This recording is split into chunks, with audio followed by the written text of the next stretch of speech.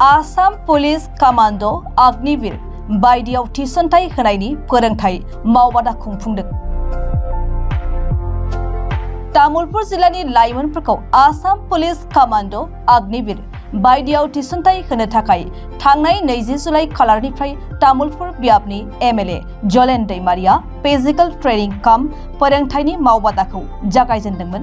12 साननि बे फोरोंथाय होनायाव मावबादाखौ तामुलपुर जिल्ला पुलिस दिथागिरि दिगन्त कुमार चौधुरीनि नुजाथिनायाव दिनै फोजोबनाय जायो। आसाम सरकार आरो भारत सरकारनि रैखाथि हान्जानि बायदि साख्रियाव लाइमोन सेंग्रा सिख्लाफोरा जाहाथे थिसनथायनि खाबुफोरखौ मोननो हायो बेखौ नोजोर होनानै तामुलपुर बियाबनि एमएलए जलेन दैमारिनि दैदेननायाव बे मावबादाखौ खुंनाय जायो। बे 12 साननि मावबादायाव बाहागो लानानै ओनसोलनि लाइमोनफोरा गोजोननाय फोरमायनायजों लोगोसे एमएलए जलेन दैमारिनिसिम बेबायदि मावबादा खुंनायनि थाखाय साबायखर बावहरो।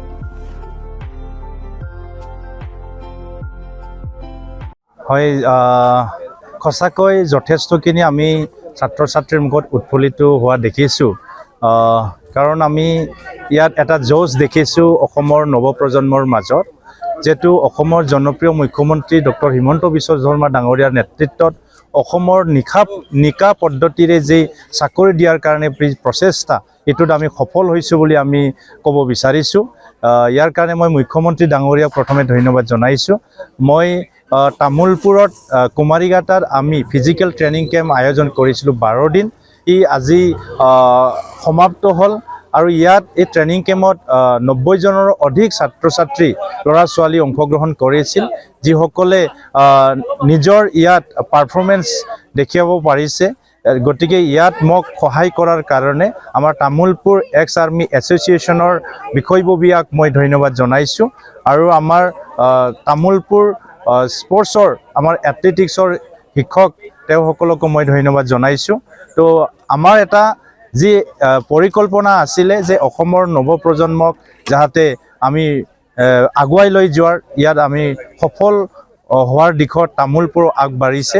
গতিকে মই আশা ৰাখিছোঁ এই ল'ৰা ছোৱালী নিশ্চয় অনাগত দিনত হ'বলগীয়া যি আমাৰ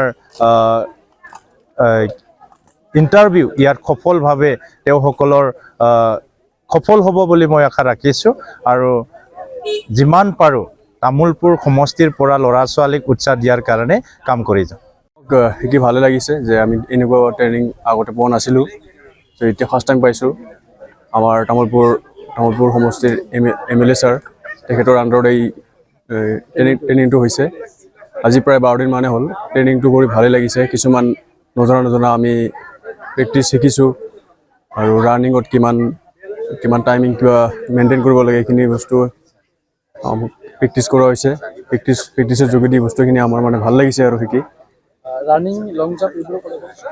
ৰানিং আছে আমাৰ ইয়াতে, ৰানিং মিনিমাম 5 কিলোমিটাৰ হয় কৰিছিলোঁ আমি।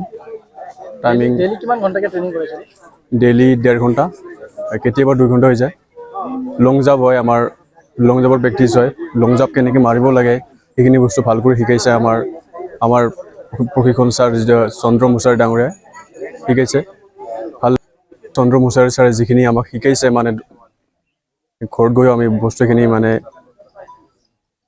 ভাল যিখিনি পাৰোঁ সেইখিনি কৰোঁ আৰু ছাৰৰ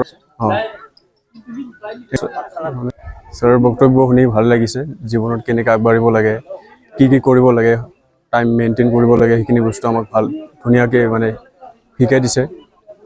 সেইখিনি বস্তু আমি ঘৰত গৈ কৰিব লাগিব, শুনিলে নহ'ব, কৰিব লাগিব সেইখিনি আৰু।